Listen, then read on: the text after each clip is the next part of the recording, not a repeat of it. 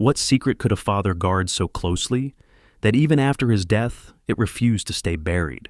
When veteran Ethan Hartwell returned home to settle his father's affairs, he never expected his loyal German shepherd, Rex, to uncover a hidden USB with just one chilling message. "If I fall, find Blackwater Ranch." But what was this forbidden island in the middle of a dark lake? Why had it been hidden from the world for decades? The answers Ethan and his dog would uncover on that lonely island would test his faith, unite a town, and turn tragedy into a legacy of hope. Before we begin, let me ask you, where are you watching from? Drop your city or state in the comments, and don't forget to subscribe for more stories of courage, loyalty, and redemption. The late autumn sky hung heavy with pale gray clouds, and a faint drizzle painted the cobblestones of Willow Creek in a thin sheen of silver. The air was cold but not sharp, carrying the scent of damp leaves and wood smoke drifting from chimneys.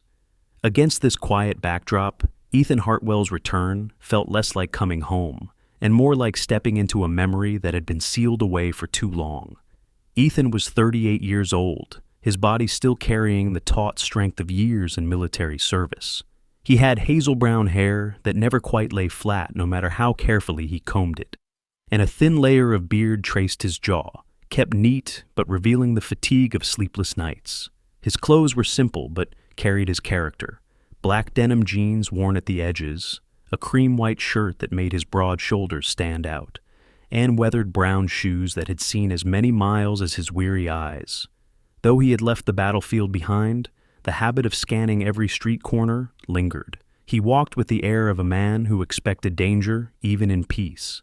At his side padded Rex, a German shepherd with a dark sable coat, brown blending into black, the fur gleaming despite the drizzle. Rex's amber eyes seemed almost too sharp for an ordinary dog. They carried the weight of long campaigns, of deserts crossed, of nights when Ethan's life had hung on a bark or a growl. At 7 years old, Rex still moved with the strength and discipline of a soldier. Civilians might see a pet. Ethan knew him as a brother in arms. The two were bound not just by loyalty, but by survival.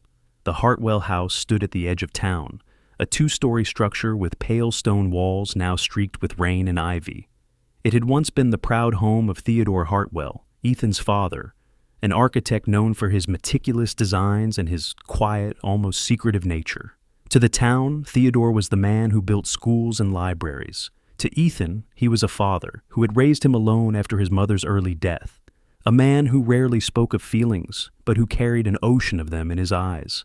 Now, that man was gone, collapsing at his desk without warning, and the house seemed heavier for it. Inside, the air was tinged with dust and linseed oil, the scent of old wood and old books. Furniture stood exactly where his father had left it. A walnut desk lined with sharpened pencils, architectural models filling the shelves, and blueprints rolled tightly into corners. Ethan closed the door behind him and lingered in the silence, his mind caught between grief and duty. Soldiers were trained to compartmentalize loss. Sons were not. He placed his duffel bag down and moved through the rooms with Rex trailing quietly. Every object seemed to carry the imprint of Theodore's presence: the framed sketches of buildings from Vienna, Prague, and Paris, the cracked leather armchair where his father would read newspapers late into the night. Ethan paused there, letting his fingers brush the worn leather, and the ache in his chest sharpened. His thoughts drifted unbidden to his father's funeral 3 days earlier. It had been a simple service. Few words were spoken, but many townspeople had come. Among them had been Reverend Samuel Price, the local pastor, a tall man in his 60s with silver hair, combed neatly back, and a presence both gentle and unyielding. Samuel had been one of the few to step forward and say, "Theodore lived quietly, but his life spoke louder than words." Ethan had listened, jaw set, trying not to betray the storm inside him. Now, alone in the house, that storm returned. He felt anger at the suddenness of death, sorrow at the silence, and suspicion that his father's life had contained more shadows than he had realized. Theodore had been healthy, careful with his routines. His death was explained as a cardiac event. But Ethan's instincts, the same instincts that had kept him alive overseas, whispered otherwise. Something did not fit. He spent the first hours sorting through his father's belongings, papers stacked in neat piles, drawings labeled with exact dates. Theodore's handwriting was as sharp and deliberate as the man himself. Yet, as Ethan sifted through drawers, his attention kept being drawn to the bookshelf that dominated one wall. It was filled with models, miniature versions of famous landmarks, each crafted with almost obsessive precision. Among them, on the highest shelf, sat a small white replica of the Sydney Opera House, its sails catching the dim light. It was Rex who noticed first. The German shepherd lifted his head, sniffed the air, then padded toward the shelf with a low whine. His paws scratched lightly at the wood beneath the Opera House model. Ethan frowned, reaching up to lift it down. The model was heavier than it looked. Turning it in his hands, he felt a slight rattle inside. His fingers brushed against an almost invisible seam. Using his pocket knife, Ethan pried gently until a hidden compartment slid open. Inside lay a single USB drive, plain, silver, unmarked, except for a strip of tape on which his father's careful handwriting read, "If I fall, find Blackwater Ranch."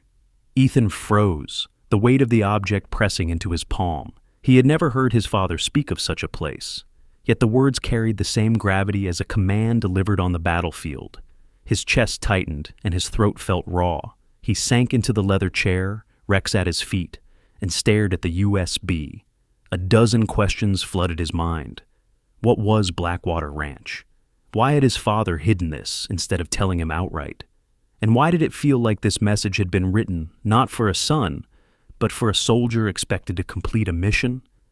Ethan's mind went back to his childhood, to the times he had asked about his father's long absences. Theodore had always deflected with a smile and a story about projects, deadlines, or clients. Had those nights spent away been tied to this place? To this secret? Rex pressed his head against Ethan's knee, the weight grounding him. Ethan stroked the dog's fur absently, the familiar warmth giving him a moment of calm. Yet deep inside, a decision was already forming. He had followed orders all his life, but this was not about duty. It was about blood, about legacy. He would not ignore his father's last words. Night deepened outside, the drizzle fading into mist. Ethan rose, walked to the desk, and plugged the USB into his father's old laptop. The screen flickered and a folder opened, filled with files, coordinates, and strange notes. His heart pounded as he clicked through them. One phrase repeated, stamped across documents like a haunting refrain. Blackwater Ranch. The house groaned in the wind, as if echoing his thoughts. Ethan sat back, staring at the words, knowing that whatever lay ahead would change everything he believed about his father and about himself. He closed his eyes briefly, whispered to Rex, "Looks like we've got another mission, buddy." The dog wagged his tail once, amber eyes steady, as if he had already known all along. Morning came gray and brittle, with a weak sun hidden behind a veil of clouds. Ethan had spent the night staring at the words glowing on his father's laptop screen, Blackwater Ranch. The name itself pressed down on him like a weight, pulling his mind toward questions he was not sure he wanted answers to.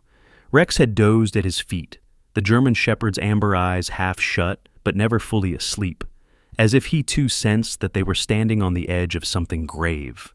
By noon, Ethan stepped into Willow Creek's town center, a small square framed by brick storefronts and a white-painted church whose bell tower had long since rusted. The place was quiet except for the chatter of locals gathering in the diner, a weathered building with wide glass windows and a peeling sign that read, Maggie's Place. He pushed open the door, the bell above tinkling faintly, and Rex trotted in behind him. The diner smelled of coffee, fried bacon, and maple syrup. Booths lined the walls, most occupied by townsfolk, who glanced up at Ethan with curiosity and a touch of recognition. He was Theodore Hartwell's son, the soldier returned. Some nodded respectfully, others whispered. Ethan carried himself with the stiffness of a man uncomfortable in places that should have felt familiar. Behind the counter stood Maggie Collins, the diner's owner. She was a stout woman in her late 50s with auburn hair streaked with silver, pinned up messily. Her cheeks were full, her eyes sharp blue, and she carried herself with the energy of someone who had worked long hours her entire life, but still found time to care about everyone else's.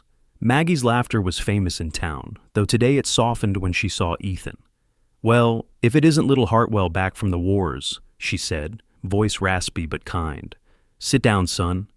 Coffee's on the house." Ethan nodded gratefully, sliding into a booth near the window. Rex settled beneath the table, ears twitching at every sound. Maggie poured steaming coffee into a chipped mug and leaned in. "Word travels fast here. Your father's passing, it shook us all. He built this diner back in the day, you know. Without him, Willow Creek wouldn't even have half its roof standing." Ethan listened silently, his hands wrapped around the mug for warmth. After a pause, he asked, "Maggie, do you know anything about Blackwater Ranch?" The room seemed to quiet around them. A fork clattered against a plate 2 booths away, and heads turned subtly. Maggie's smile faltered, and she lowered her voice. "That name hasn't been spoken here in years." "You sure you want to stir ghosts?" Before Ethan could reply, a gravelly voice cut in. Across the diner, an old man rose slowly from his booth. His back was slightly hunched, his shoulders broad despite age, and his hands trembled faintly as he gripped a cane carved from hickory. His face was a map of wrinkles, with deep-set eyes the color of storm clouds. His jaw was shadowed by a coarse gray beard, trimmed short, and a scar ran from his temple down to his cheek, a souvenir of some long-forgotten battle. He wore a faded army jacket with patches frayed at the edges. This was Henry Lawson, a retired sergeant known in Willow Creek as a man who had seen too much. In his younger years, he had fought in Vietnam, and though he rarely spoke of it, the war lived in his silence. He had once lost his best friend in an ambush and had carried survivor's guilt ever since.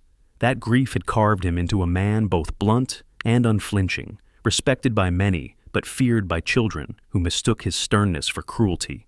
Henry shuffled toward Ethan's table, his cane thumping against the floorboards. He stopped, his shadow falling across Ethan's face. "You asked about Blackwater Ranch," he said slowly, voice rough as gravel. "Best leave it be." Ethan looked up, meeting the old man's gaze. "I found a message from my father. He told me to find it." The diner grew stiller, as if every patron was listening, though pretending not to. Henry lowered himself heavily onto the opposite bench without invitation. Rex growled softly, but Ethan placed a calming hand on the dog's back. Henry's eyes flicked to Rex, and a faint smirk tugged his lips. "Fine animal. German shepherds don't scare easy. Good that you've got him. You'll need him." Ethan leaned forward. "Tell me what you know." Henry tapped the cane against the floor, the sound deliberate. "Blackwater Ranch lies in the middle of the Blackwater Lake, 10 miles north. You can't reach it without a boat or a chopper. The water is darker than tar, minerals, they say. But folks whisper it's cursed. On the island, there used to be homes, farms, a whole community. Then one year, everything stopped. Families moved out overnight. Some say they were forced. All that's left now are 47 slabs of concrete, lined up like graves. Locals call it the floating graveyard. Ethan's stomach tightened. "And my father? Did he ever go there?" Henry's eyes hardened. "He did. I saw him once, 20 years back, flying over the lake in a hired chopper. Never spoke of it, and nobody dared ask. Your father was a good man, but he kept secrets. Maybe for your sake, Maggie returned, setting down a plate of eggs and toast, though her expression was uneasy. Henry's right, Ethan. That place carries shadows. Men who went poking around came back sick, or didn't come back at all." She sighed, brushing her apron nervously. "Still, if Theodore wanted you to go, maybe there's something there he needed you to see." Henry leaned in, his scar catching the light. "You're a soldier, aren't you? You've got instincts. Use them. And trust that dog of yours. If you go to Blackwater Ranch, don't go as a son seeking closure.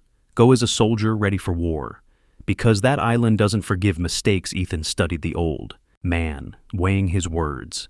He felt Rex press against his leg, steady as ever, amber eyes burning with quiet certainty. The message from his father echoed in his mind. "If I fall, find Blackwater Ranch." The diner resumed its low hum of conversation, but Ethan's world felt narrower, heavier. He thanked Maggie for the meal, nodded once to Henry, and rose to leave. As he stepped into the damp air outside, Rex at his side. He looked toward the horizon where the lake lay hidden behind ridges of pine. The island awaited, cloaked in mystery and silence, and Ethan knew the path his father had left him was no longer a choice but a calling. The rain had thickened overnight, hammering against the windows of the old Hartwell house until dawn. By morning, the clouds were dark and swollen, the kind of weather pilots hated and soldiers had learned to respect. Ethan stood in the kitchen, sipping black coffee that tasted of rust from the old kettle, his eyes fixed on the horizon where the ridge of pines hid the Blackwater Lake. Rex sat by the door, his fur damp from a brief patrol outside, amber eyes alert. The German shepherd seemed to sense the shift in his master's mind. This was no longer a question of if, but when. Ethan drove his father's dusty pickup truck to the Willow Creek airfield, a small strip of tarmac used mostly by crop dusters and weekend hobbyists. The hangar doors were half open, revealing the skeletal frames of two small helicopters under the dim light. The air smelled of oil, rain, and metal. Inside the hangar, Tom Garcia worked beneath the open engine bay of a Bell 206. Tom was a man in his late 40s with olive-toned skin, compact and wiry, with thick black hair streaked with gray at the temples.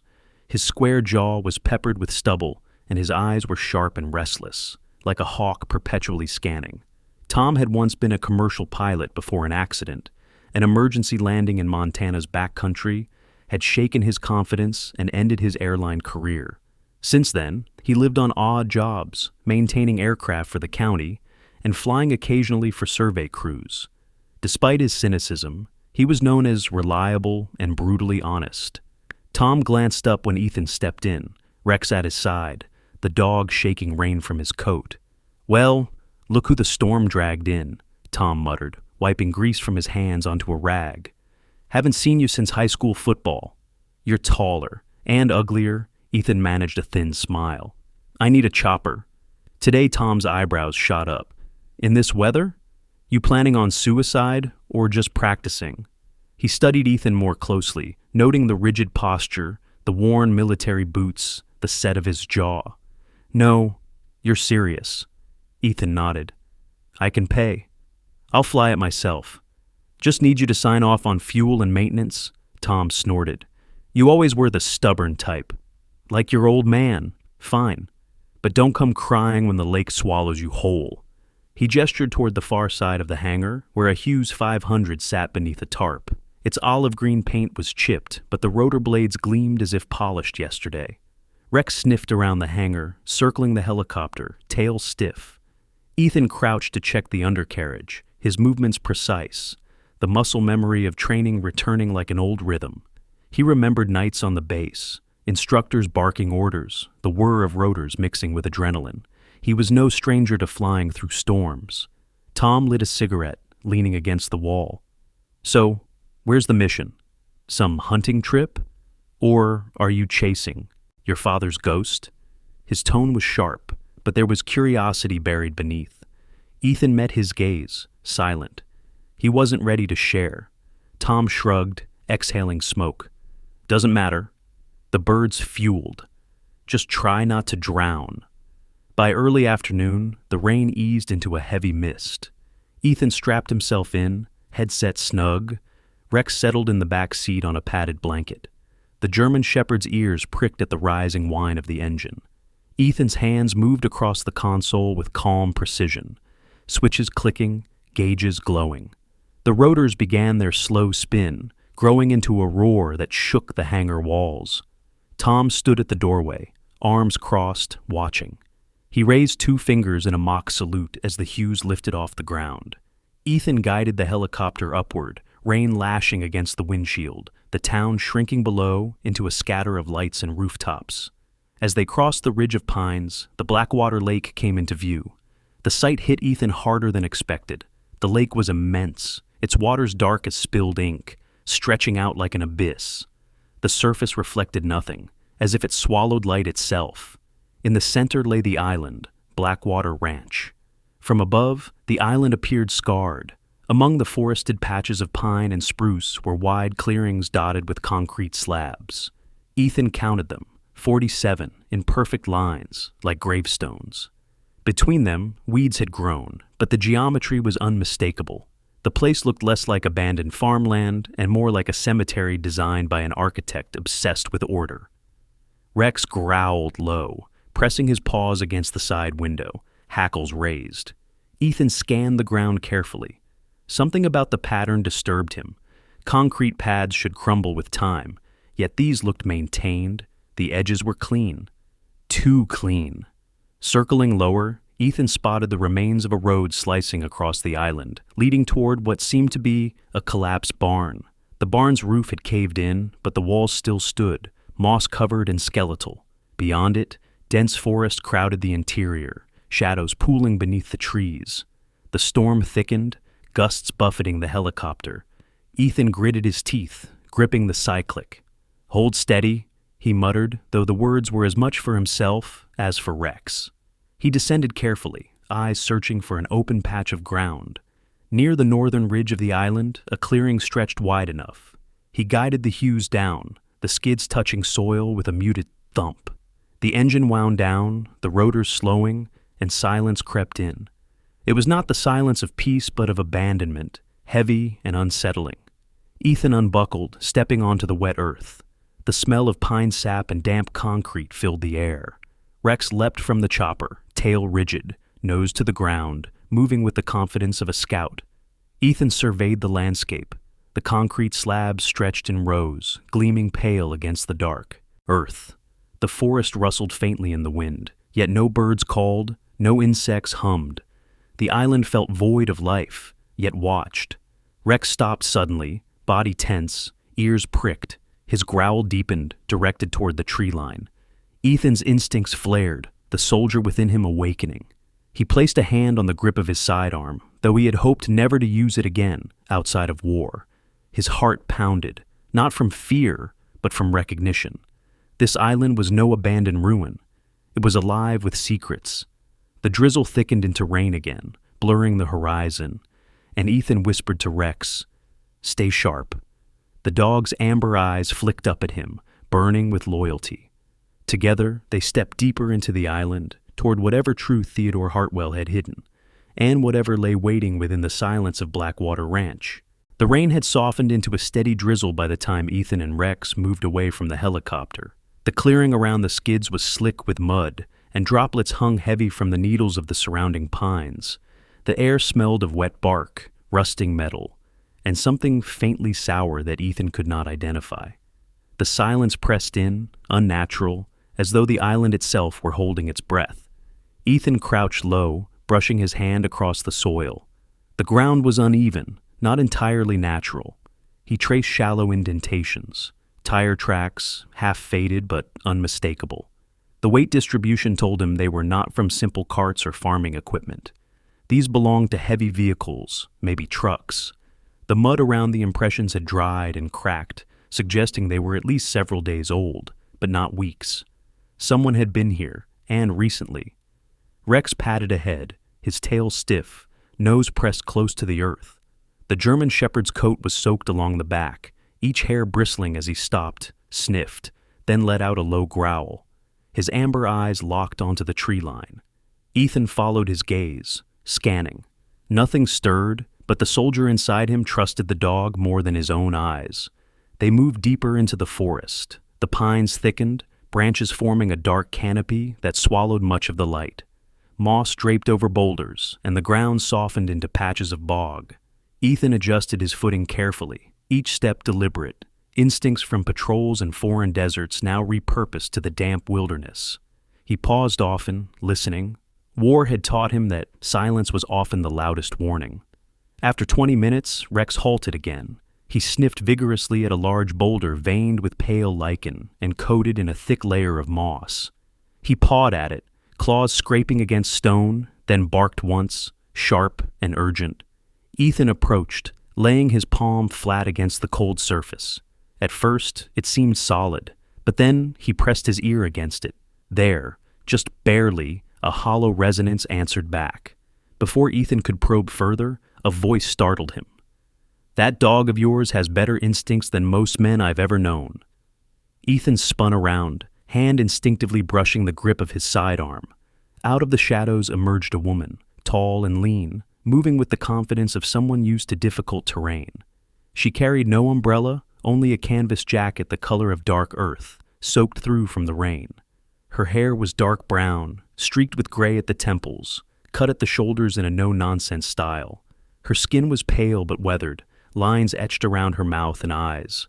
She looked to be in her early 50s. This was Sarah Whitlock, a former investigative journalist who had disappeared from public view nearly a decade earlier. Ethan recognized her name instantly. Her exposés on corporate corruption had once shaken entire industries. Then, as if swallowed by the earth, she had vanished. Seeing her here was like confronting a ghost. "You shouldn't be here," Ethan said firmly, his voice low, cautious. Sarah tilted her head, rain dripping from her hair, a faint smile touching her lips. "And yet, here we are. You, the soldier son chasing your father's shadow. Me, still following a trail that nearly killed me 10 years ago." She kept her hands visible, empty, her eyes calm but keen, weighing Ethan as much as he weighed her. Rex remained bristled, standing half in front of Ethan as if shielding him. Sarah crouched slightly, extending a hand, though she kept her distance. "He doesn't trust easy, does he?" "He's not supposed to," Ethan replied. Sarah nodded once, straightening. "Good. Trust will get you killed here." Ethan narrowed his eyes. "Why are you here, Sarah?" "People thought you were dead." She gave a short laugh, humorless. "I was close enough. My car accident wasn't an accident.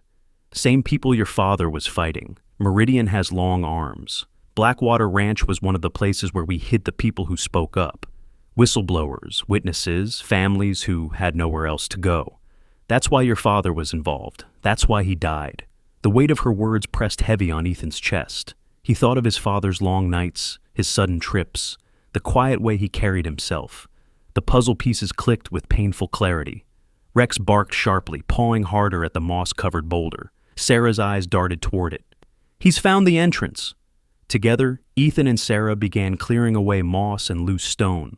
Beneath layers of wet vegetation lay an iron panel, its edges rusted but intact, nearly flush with the ground. Ethan crouched, brushing dirt away, his fingers tracing the outline. A handle sat recessed into the metal. Sarah whispered, her voice edged with awe and dread. "Your father built this with his own hands." He always said it had to remain hidden until the right time. Ethan gripped the handle, pulling hard. At first, it resisted, rust locking it in place. Then, with a loud groan, it yielded, revealing a dark shaft descending into the earth. A rush of stale air escaped, carrying the scent of stone and machinery. Rex growled, his hackles raised, but his body leaned forward, not back, as though ready to descend. Ethan's heart pounded. Every instinct screamed danger, but another voice, the soldier's voice, told him this was exactly where he needed to go. He looked at Sarah, who stood silently, rain dripping from her jacket, her face lined with determination. "This is it," Ethan murmured, more to himself than anyone. "The real Blackwater Ranch." Rex barked once in agreement, the sound echoing into the darkness below. The iron hatch groaned as Ethan pushed it wider, hinges shrieking in protest. A cold breath of stale air rose from the darkness below, carrying the scent of damp stone and old oil. The rain above pattered softly against the forest canopy, but here, at the edge of the hidden shaft, time seemed to hold still. Ethan strapped a small flashlight to his vest, tightened the strap on his boots, and gestured for Rex to stay close. The German shepherd's ears flicked forward, body tense but obedient. Sarah stood a pace behind, her sharp eyes narrowing at the yawning black void. A metal ladder descended into the shaft, slick with condensation. Ethan began the descent, boots clanging softly against each rung, Rex whining until Ethan called him down. To Ethan's surprise, the dog followed with practiced agility, his claws finding grip, body moving with steady precision. Sarah descended last, her jacket brushing the cold stone walls. At the bottom, the tunnel stretched outward, reinforced with steel beams that bore the stamp of Theodore Hartwell's design.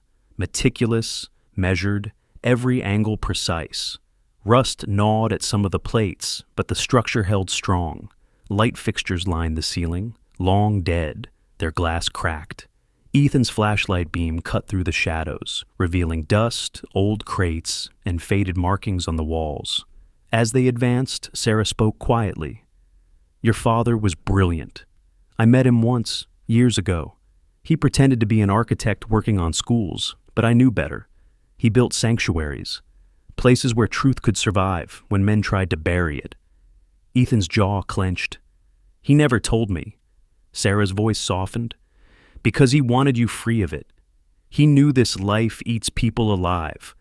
Rex stopped suddenly, tail rigid, nose pressed against a seam in the wall. Ethan followed, brushing dust away to reveal a keypad hidden behind a metal flap. He entered his father's old birthday, April 12th, 1952. A green light blinked, and with a hiss, the wall slid open, revealing a chamber beyond. The room inside glowed faintly. Emergency lights flickered on, one by one, triggered by motion sensors. Monitors lined the walls, most dark but a few humming to life. In the center stood a desk of steel and oak, papers stacked neatly, and on it a black terminal with a single flashing message: "Press play." Ethan approached slowly, Rex pressed against his leg. He reached out, fingers trembling, and tapped the key. The screens lit up with static, then cleared to reveal the face of his father, Theodore Hartwell. He looked tired, older than Ethan remembered, his hair more silver, his once sharp features softened by strain. Yet his eyes, the same hazel brown Ethan had inherited, burned with quiet conviction. "My son," Theodore's voice filled the chamber, low and steady. "If you are seeing this, then I am gone, and the burden I carried must now be yours to understand." Ethan stood frozen, Sarah beside him watching, intently, her expression unreadable. For years, Blackwater Ranch has been more than an island. It has been a refuge, a city beneath the ground, built for those the world would silence: whistleblowers, witnesses, the vulnerable who dared to speak. Here they lived, hidden, until it was safe for them to return, if it ever was. Many never did. Images filled the monitors, grainy recordings of families walking through underground corridors, children laughing in a classroom carved into stone, men and women working gardens lit by artificial lights. A sanctuary, not a prison. Theodore's voice grew heavier. But the enemy is relentless. Meridian has hunted us for decades. They kill quietly, brake lines cut, poison slipped into medicine, heart devices hacked remotely. They call it cleanup. I call it murder. Ethan's breath caught, a swell of rage and sorrow pressing into his chest. Rex whined, leaning harder against his leg, grounding him. "I did not tell you, Ethan, because I wanted a different life for you. I wanted you free, not trapped in my fight. But fate, it seems to have chosen otherwise. If you are here, you must decide. Preserve this place or expose it, but do not let it die with me." The video ended with Theodore lowering his gaze, hands clasped together. The screen went black, leaving only the faint hum of the machines. Ethan stood still for a long time, his chest tight, his throat raw. His father had not been just an architect. He had been a builder of hope, a protector of voices too fragile to stand alone. Ethan felt pride, sharp as steel, cutting through his grief. Yet sorrow remained, heavy and unyielding, for the years lost and the truths never spoken between father and son. Sarah broke the silence. "Now you know." This wasn't just his fight. It never was. Ethan looked down at Rex, whose amber eyes glowed in the dim light, unwavering, steady. The dog pressed his head against Ethan's knee, as if to remind him he was not alone. "I thought I lost him," Ethan whispered, voice shaking. "But he's still here. In every stone, every wall, every life this place sheltered." Sarah's hand rested briefly on his shoulder, light, firm. "Then don't let it end. What you do next will decide if his work survives." Ethan nodded, the soldier's instinct and the son's heart aligning for the first time. He did not yet know how, but he knew one thing with certainty. He would not let his father's legacy die in silence. The chamber's hum faded into silence after Theodore's last words. Ethan stood still, fists clenched, Rex pressed against his leg, the dog's steady breathing anchoring him to the moment. Sarah's sharp gaze remained fixed on the blackened screen, though her lips pressed thin betrayed the storm within her. The air was heavy, yet it carried something else now, a sense of direction. Ethan knew his father's fight was not over. From deeper within the tunnel, faint footsteps echoed. Instinct surged through Ethan. His hand brushed the grip of his sidearm, shoulders squared, weight balanced. Rex stiffened, ears snapping upright, a low growl vibrating from his chest. Sarah raised a hand, signaling caution, but not panic. The footsteps grew louder until the shadows yielded to a figure carrying a lantern. He emerged slowly, a man well into his 70s, with a tall but stooped frame. His back carried the wear of years spent in labor, and his clothes, an old flannel shirt tucked into work pants, were clean but frayed at the edges. His face was weathered like bark, each wrinkle carved deep, a thin beard of silver tracing his jaw. His eyes, however, were sharp, a piercing blue that missed nothing. He carried himself not with fear, but with the quiet authority of someone who had once led men and still remembered how. This was Joseph Hale, one of the last stewards of Blackwater Ranch. Decades earlier, he had been a carpenter, a man who built homes for others, but had his own torn apart when a corporate accident poisoned his town's water supply. His wife died young, and he never remarried. The loss had hardened him, but also carved into him a fierce loyalty to any cause that promised justice. "You must be Ethan," Joseph said, voice rough but steady, lantern casting long shadows across the chamber. "I see your father's face in you." Ethan nodded warily, lowering his weapon but not his guard. "And you are?" "Joseph Hale. I was with your father from the beginning, helped build this place, watched it fill with those who had nowhere else to go." He looked at Sarah briefly, recognition softening his stern features. "And I see one of our ghosts has come back to walk the halls." Sarah gave a wry smile, water still dripping from her hair. "I was never good at staying buried." Joseph motioned for them to follow. They wound deeper into the complex, Rex leading cautiously, nose twitching at every change in scent. The tunnels opened into a vast chamber, lit by dim generators that hummed faintly. Inside were a dozen survivors, men and women of varying ages. Some wore the weariness of years underground.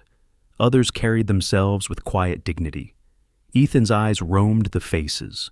Elena Torres, a woman in her 40s with olive skin and long black hair tied in a braid, stood out. Her posture was tall, but her eyes carried grief. Once she had been a nurse in Chicago, forced to flee when she exposed malpractice at a major hospital chain. Beside her stood Martin Cole, a thin man in his 60s with a wispy beard, hunched shoulders, and ink-stained fingers.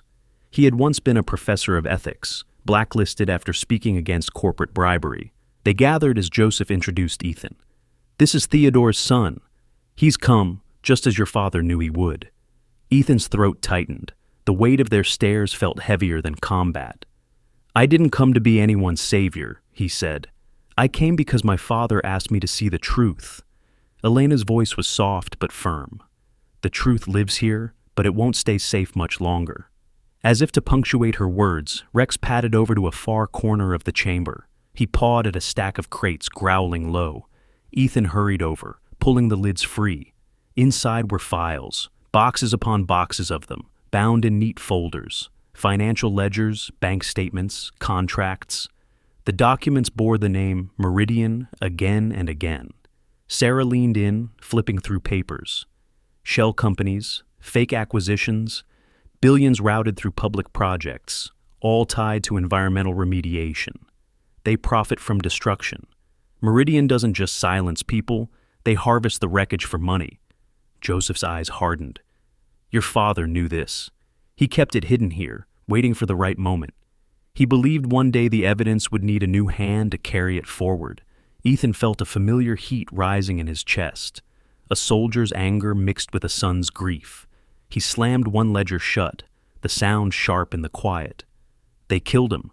"They killed for this?" Sarah's hand rested briefly on his shoulder. "Then the question is, what do we do now?" Before Ethan could answer, the chamber filled with the sound of new footsteps, softer, hesitant. From a side corridor, Reverend Samuel Price appeared. His tall frame was wrapped in a damp overcoat, his silver hair clinging to his forehead, his expression grave but determined. He had followed the whispers, drawn by a duty older than fear. "I heard what was found," the Reverend said, voice steady. "The town needs to know. Your father never stopped helping us, Ethan, and now it's our turn." Behind him came others, neighbors, farmers, old veterans with canes, women carrying baskets of food wrapped in cloth. Some bore lanterns, others held hands for courage. They had come across the lake in small boats despite the rain, guided by word that something hidden was stirring on the island. An elderly woman with snow-white hair and a shawl across her shoulders stepped forward, her back bent but her voice strong. "Your father built roofs over our heads when the storms tore them down. He never asked for thanks. Now you stand in his place. We will not let you face this alone." Ethan's chest swelled with a painful mix of pride and humility. He looked around, the survivors of the ranch, the townsfolk, Sarah's sharp eyes, Joseph's weathered face, Rex's unwavering stance. For the first time, he felt the isolation of his grief break, replaced by something larger. "Then we fight," Ethan said simply, his voice echoing against the steel walls. "Not with guns, not yet. With truth. With community." Meridian wanted silence. "We'll give them voices." The chamber erupted not with cheers, but with murmurs of resolve, the kind that mattered more, quiet promises made in the dark, binding stronger than any contract. Rex barked once, sharp and steady, as if to seal the oath. The storm rolled in with the darkness, clouds dragging across the sky like heavy curtains. Rain lashed the pine canopy, turning soil to muck and the air to a haze of mist. Ethan stood at the entrance of the underground chamber, his shirt plastered to his chest, his black jeans soaked through. The glow of lanterns from townsfolk shimmered behind him, a fragile circle of light against the vast shadow. Rex stood alert at his side, fur spiked with rain. Amber eyes locked toward the sound of approaching engines across the water. The deep growl of motorboats broke the night. Lights flickered on the horizon, bright, mechanical, invasive, cutting across the black mirror of the lake. Ethan tightened his grip on the rifle slung across his shoulder, though his heart told him that firepower alone would not decide tonight's outcome. The first boat slid against the rocks of the northern shore. Men in dark ponchos leapt out, boots crunching, weapons slung. They moved with trained precision, a stark contrast to the weary farmers and townsfolk huddled behind Ethan. At their head, a tall woman emerged, umbrella snapping open against the wind. Helena Vance was in her mid-40s, tall and lean, with posture honed by years of boardroom battles. Her black hair was cut into a severe bob that framed a pale, angular face. High cheekbones gave her a hawkish appearance, and her eyes, icy gray, swept the crowd with clinical disdain. Her tailored suit, though damp from the storm, retained its sharpness, the subtle flash of diamond earrings betraying wealth and power. Known in corporate circles as the Iron Voice, she had built her reputation on dismantling opposition with calm ferocity. She smiled thinly now, as though this confrontation were another meeting to be managed. "Mr. Hartwell," she called above the storm, her voice carrying unnaturally well, "you are trespassing on private property. Step aside, and no harm will come." Ethan's jaw tightened. He did not answer immediately. Rex barked once, sharp, his body rigid, hackles high. The German shepherd's warning rang louder than words. From behind Ethan, Joseph Hale stepped forward. Lantern light caught his silver beard and the deep lines of his weathered face. His voice was gravel, but carried conviction. "This land doesn't belong to Meridian. It belongs to the truth, and you'll not silence it tonight." Helena's gaze flicked to Joseph, dismissive. "Old men and myths. You should have stayed buried." She raised a hand, and her men fanned out, weapons raised just enough to threaten. Ethan felt the tension coiling, the storm outside echoing the storm within. He thought of war, of ambushes in foreign deserts, of the terrible clarity before violence broke. His soldier's instinct screamed to prepare, to fight. But then behind him, a sound rose that did not belong to war. Voices. At first, soft, almost uncertain, then louder, stronger.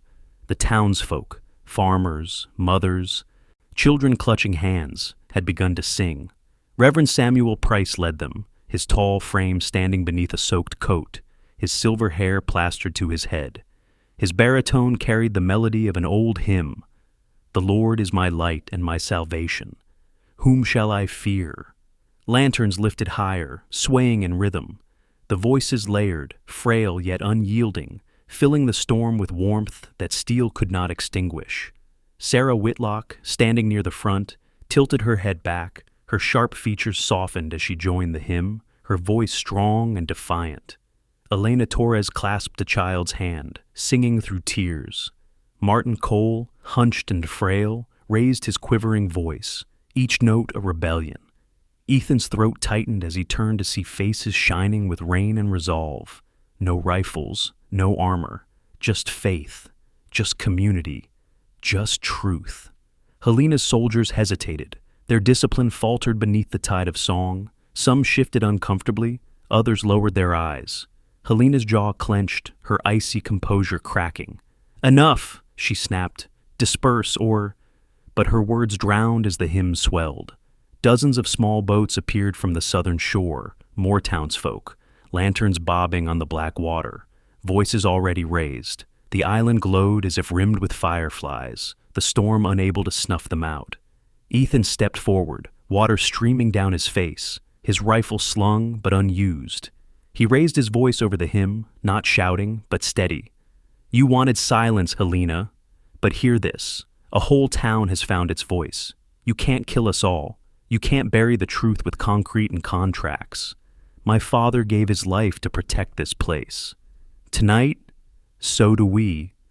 Rex barked again, his voice deep and resonant, the sound carrying across the water like a drumbeat of defiance. For a long moment, the storm, the hymn, the rain, and the silence of Meridian's men collided. Then Helena lifted her umbrella, eyes narrowing, her voice flat. "This isn't over." She turned sharply, motioning to her men. Reluctantly, they withdrew, boarding their boats. Engines roared, their lights fading into the storm, until only the lanterns remained. The hymn softened, but did not stop.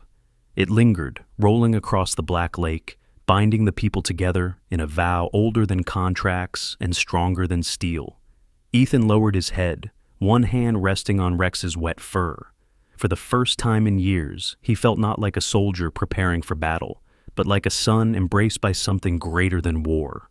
Blackwater Ranch, once a tomb of silence, now rang with song. 6 months later, the storm that had once shrouded Blackwater Ranch was only a memory. The air was clear, crisp, touched with the salt scent of the lake and the fresh tang of new lumber. Where once rain and fear had blanketed the island, sunlight now streamed freely, striking polished stone and freshly laid brick.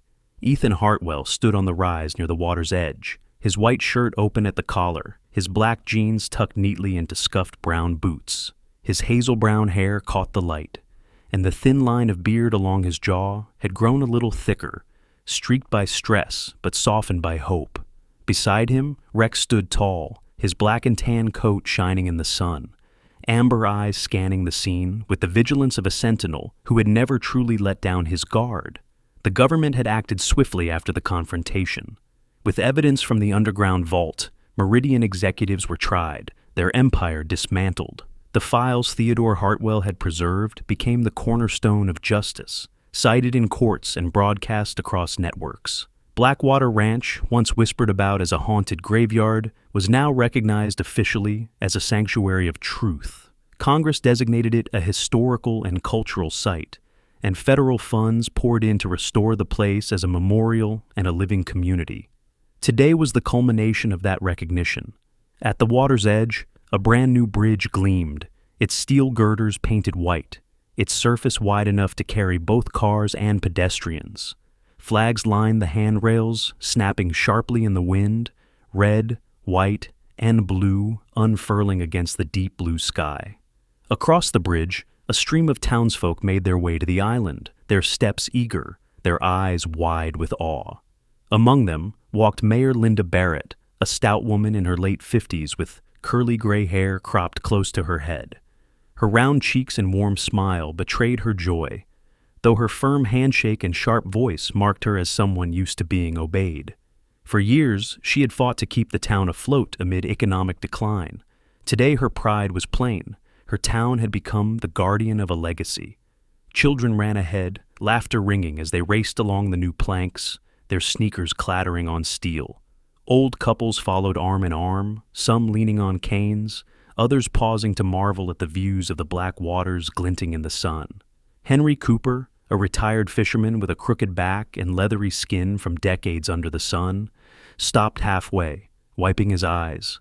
He had lost his brother years earlier to a meridian accident and whispered to no one in particular he'd have loved to see this day. Near the heart of the island, the landscape had changed. Where barren concrete pads had once stretched like gravestones, now gardens thrived. Rows of tomatoes and beans climbed trellises. Flowers burst in bright patches, and the air carried the smell of turned soil. Volunteers from the town had come daily, spades in hand, restoring life to the place the corporation had left for dead. At the center stood a small white chapel, its steeple modest but shining.